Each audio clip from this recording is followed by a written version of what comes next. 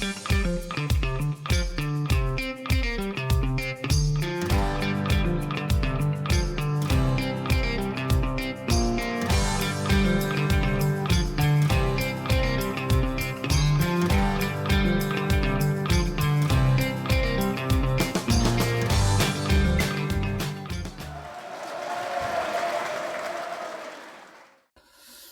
guys, and welcome to episode 2 of Sam Says Stuff about sports.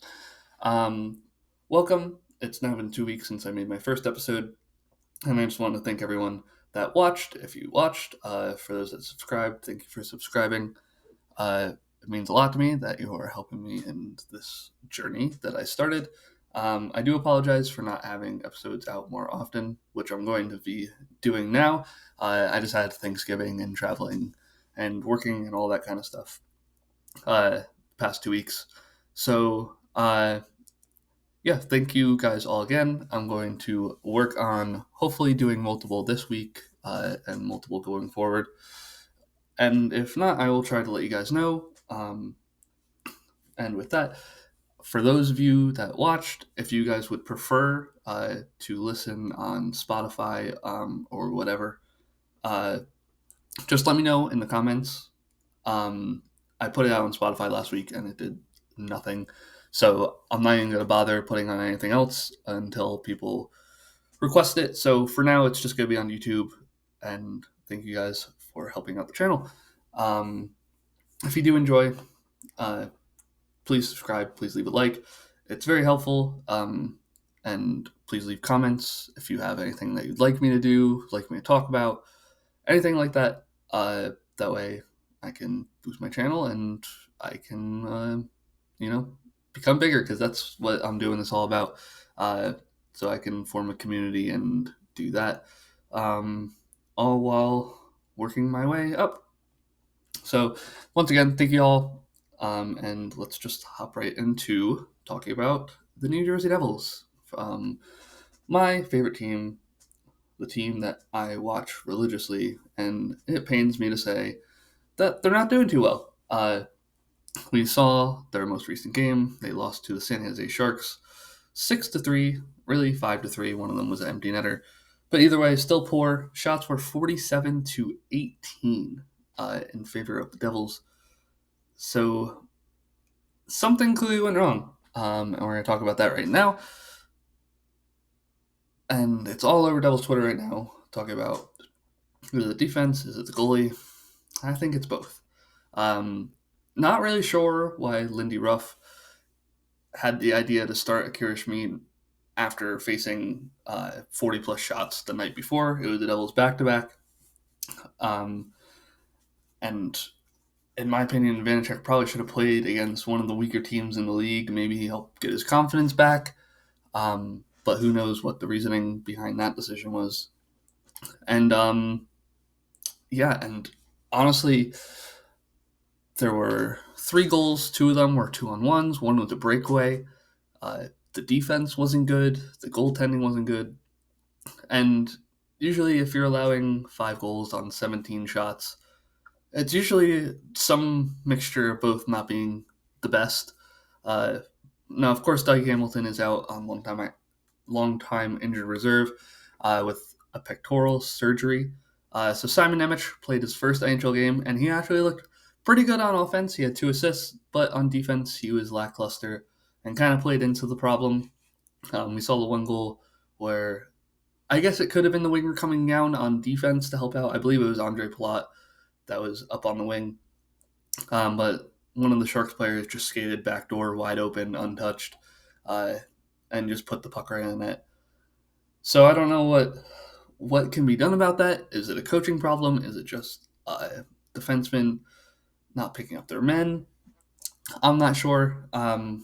Also, something that I wanted to bring up, the Devils in that game, apparently San Jose Sharks only had 1.28 XG, expected goals for. I don't understand how it was that low. Granted that one of their goals was a breakaway and one of them was someone left wide open, like in the slot. So I'm not really sure how they only that should be right there at least like 1 XG. So I don't know how that's calculated. So it should have been looked a little bit better on the Kirish Mead, but still bad. Um, but yeah, all around it wasn't good offense. A lot of the shots were not high quality shots. They did hit a couple posts. I believe either Jack or Luke had two posts, or no, it was actually Alexander Holtz, I believe, who had two posts, and he's been looking really good. Um, but yeah, Devils are just in a rough spot right now, especially with goaltending. And going into the season, Devils fans knew that goaltending was going to be a problem. A lot of people had opinions, even not Devils fans, that going in with Vitek Vanacek and Akira Schmid was not going to be good enough. And we're kind of seeing that. And once again, Vitek Vanacek has not been an NHL goalie. Akira Schmid, he's once again looked solid. I don't know if he was just tired against the Sharks and that's why he played so poorly. But even then, he can't be playing that poorly. Um, and yeah, going into the game, the Sharks' offense was probably the worst in the entire league. And last night we saw them put up 5 on the Rangers as well. So is their offense just good? They have a minus 55 goal differential, 25 games into the season. So they're allowing more. They're getting outscored by at least 2 or more. And that was also the first time the Sharks scored multiple goals on the road. And now they've done it twice in a row. So I don't know if they're just catching the Sharks in a hot streak, but either way, you can't lose to the Sharks like that. It's kind of embarrassing. Um, and now Devils go into Vancouver tomorrow night. And that'll be an interesting test to see if they can play well against one of the hottest teams in the league. The Canucks sit at 16-8-1. And it'll be the first time that all three Hughes brothers are on the ice together, which will be pretty cool. But the Devils need to figure something out. We saw we have Dougie going out. They have $9 million in LTIR now, especially if Dougie is out until the playoffs and they pull the Tampa Bay Lightning. Do they go out and get a defenseman, get a goalie? I know people have been saying they go out and grab Tanev and Markstrom. But is Markstrom really our long-term resolution to this problem, or is this just a partial resolution? He would definitely help our goaltending situation right now, but is he really going to help our goaltending situation for the next few years? Only one way to find out would be to have it happen naturally, but who knows? But yeah, and then going into the Vancouver Canucks, they're one of the hottest teams, probably have one of the best goalies in the league right now. So it'll be interesting if the Devils can find their scoring ways again. And, the Canucks, they have Quinn Hughes, they have JT Miller, who's putting up points this year, Elias Pettersson, who's putting up points this year. And will the Devils' defense and goaltending be able to hold it down? Because that's been the problem. And then just going into the Canucks, I don't know many people that saw this coming. Once again, I said they're 16-8-1. They sit second in the Pacific right now, and second in the entire Western Conference, actually. But yeah, I mean, everyone had ideas that they could be like a mid-pack team. We had JT Miller with his defensive problems. The defense itself just didn't seem good last year. Demko he was fighting injuries and all that kind of stuff. So, I mean, we've always known that he's been a good goalie. But yeah, and they're one of the hottest teams. They only sit behind the Golden Knights, who, for some reason, are always good. So yeah, it'll be interesting to see what the Devils could do here. And next thing I'm going to bring up is just league goaltending in general. We've seen a lot of good teams getting poor goaltending. Edmonton Oilers, which, I mean, we all knew that Oilers were going to have goaltending problems. It really just depended on how well their goaltenders would play, and they have not been playing well enough at all. Though the Oilers are now 7-3-0 in their last 10, which is solid, and they're also running a 4-game winning streak. So maybe they're turning around the tide there. Turning the tide? Whatever. But yeah, and once again, it's still so early into the season. Any of these teams can go on a hot streak. Uh, we saw last year the Devils got destroyed by the Capitals and then went on a 13-game winning streak. Uh, so yeah, it can go any way right now. I wouldn't start panicking at least until 40 games into the season. And, you know, Devils, if they win a couple games, they're only 3 points out from being third in the Metro, but they're also 3 points out from being last in the Metro. Granted, they have 4 games in hand on the Blue Jackets. So, I don't know. We'll see. It's just a problem here. But yeah, I have this photo of goals saved above expected from JFresh on Twitter. And our bottom 5 are the Hurricanes, Oilers, Lightning, Wild, and Devils. And I would say probably 4 of those 5 teams are Stanley Cup contenders. The Hurricanes, a lot of people had the Hurricanes coming in as, in the East at least, as probably one of those 2 top teams with the Devils, which both teams have been kind of disappointing. The Hurricanes have picked it up recently. They were one of the highest scored on teams at the beginning of the year, and now they have a +6 goal differential, so they've definitely turned things around there. And they are actually the worst team in expected goals against, which is kind of shocking. I didn't expect them to be last on the list. Second last is the Oilers, which once again we all kind of expected that, and they're starting to figure it out, but who knows?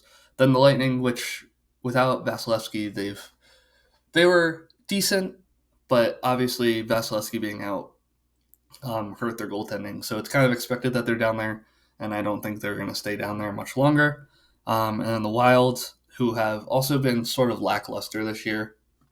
They sit second last in the Central, but they just have cap problems with the Suter and Parisi deals. They have all kinds of stuff going on, but they're also they're also riding a 3-game winning streak now that John Hines, former Devils coach, that I don't know many Devils fans liked. But yeah, they're on a 3-game winning streak now. It'll be intriguing to see if they can find their way in a playoff spot. I don't know if they are, but the Coyotes could fall off, Blues could fall off. Really, anything could go anyway right now. The pack is just so tight. Other than we have the Knights at the top, the Rangers, Bruins, and those teams are all kind of powerhouses right now. Especially the Cross River rivals, New York Rangers, which as a Devils fan, it pains me to say, but the Rangers are they're playing so well. They have goaltending, which seems to be the biggest thing. I don't know many people that thought Jonathan Quick was going to be this good going into this year, especially watching him in the preseason, and he was putting up poor performance after poor performance, and then the regular season hit, and somehow he's back to 2012, 2013 Jonathan Quick with the Rangers, and then Igor came back from injury, and he really hasn't skipped a beat. And yeah, it's painful to see, especially the Rangers have Jacob Trouba, that kind of gritty player. They have Panarin, who has been lights out all year so far. I believe he has 15 goals already. Which is kind of intriguing because just looking at the stats, we see Kako and Blake Wheeler both have below 6 points. They have a bunch of players with less than 6 points in 23 games played. So the top of the lineup is really just doing so much for that team. They have Chris Kreider, the tip-in legend, who just sits in front of the net and tips pucks in. We saw him score, 6 or 7 goals on the Devils last year in the playoffs, just standing in front of the net. They're just a well-built team that kind of have everything you kind of need to win. They have a lights-out scorer. Zibanejad has started picking up lately. They have Chris Kreider, your power play specialist, tip-in specialist. And yeah, once again, they just have goaltending. And good goaltending will help you so much in this league. We've seen it with the Bruins. The Bruins lost Bergeron. bunch of other players, and they kept their tandem of Olmark and Swayman. And once again, they're top of the league. So who really knows? Um, and yeah, it's really make or break. So, and who is the top on this list? So the top five, I guess, on this list of goals saved above expected are Golden Knights, Bruins, Penguins, which is kind of shocking, Rangers, and Canucks. And once again, four of those five teams are top teams in the league right now. So it really just proves how important goaltending is, especially in the regular season. So yeah, jumping into our next topic, Jake Wallman and the Gritty. Is this good or is it bad? Personally, I think it's good. It's exciting to see someone bring out a new celebration. We saw him do it last year. This year, I feel like a lot more people are pissed off about it. I don't really understand why. But yeah, it's intriguing. How many kids out there don't even know what hockey is and play Fortnite or what other games kids are playing nowadays and see an NHL player hit the Gritty on ice skates. And they're like, oh, that's cool. I don't know. It's just something that could possibly grow the game, and I don't understand why people are pissed off about it. People were saying things like, oh, if he does this against my team, blah, blah, blah. But yeah, it's just cool. It's something intriguing. And I'd like to see more different cellies. You know, we saw the Jack Hughes stick toss into the crowd, which is now banned 2 years ago now, I believe. And they banned it right away. But why? I understand the safety concerns, but just let them have fun.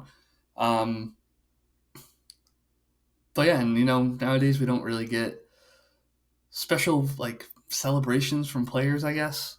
That would be one way to put it. And seeing something like that's just cool to me. And I think it's something that could help potentially grow the NHL. Which once again, I'm going to go on my rant about NHL and viewership. I have friends last night that live in Boston, and didn't really have anything to watch and said, "Oh, let's just watch the Bruins game."